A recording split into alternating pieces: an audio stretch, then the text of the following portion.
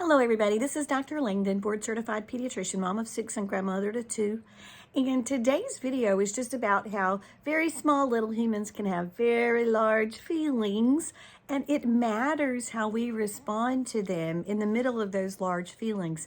So when they are feeling that life is chaotic, we are supposed to be their calm and not answer their anger with more anger or their fear with more fear. So let's talk about an example of that, a common example, and that would be tantrums.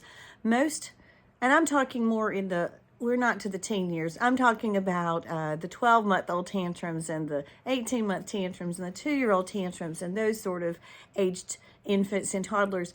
They are very frustrated.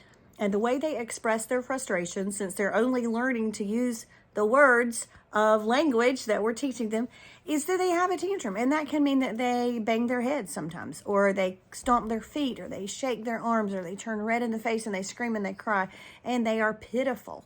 So one thing that I used to do that I've learned to do better now is that we really don't want to gaslight these poor toddlers and say, you're fine, you're okay. Instead, maybe, I'm sorry you're so sad, but it's going to be okay. Everything is going to be all right. You can still be calm without denying their feelings. I'm sorry you're so mad.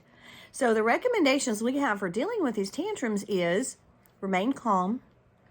Never in a million years would it help that frustrated child to strike them in anger, to punish them with a physical spanking or hitting the child. Not the lessons we need right now. We need calm right now. And that would only add to their frustration.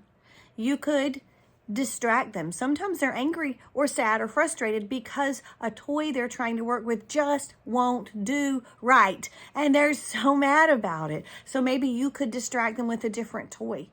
Maybe you could console them. I'm sorry you're so sad.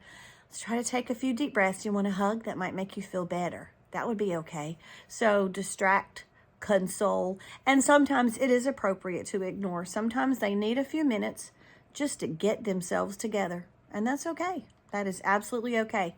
One of the only bad responses, in addition to actually striking the child, which is never recommended, one of the inappropriate responses would be to change the limits or boundaries that you had set because of this tantruming behavior. Because if the child learns that this behavior will get me out of the limits, I can break the rules, I'm going to be rewarded with what I wanted in the first place, or I'm going to get a treat or a cookie or a snack because I had this tantrum, obviously you're rewarding that behavior, which reinforces that behavior. So we would not want to do that either. If you took an item away from the child that they didn't need and they fell apart, and then you or somebody else gave that same item right back to the child, that is not teaching them the right lessons. So pick your battles, but once you've picked your battles, do stick to them and enforce them, but you can still console the child and distract the child. I hope this makes sense, and if you guys have additional questions, let me know. This is just very basic stuff about behavior, and obviously as the child gets older, you can already start teaching them some ways to self-regulate their emotions, which they're not very well able to do at such young ages, of course. Thanks, bye-bye.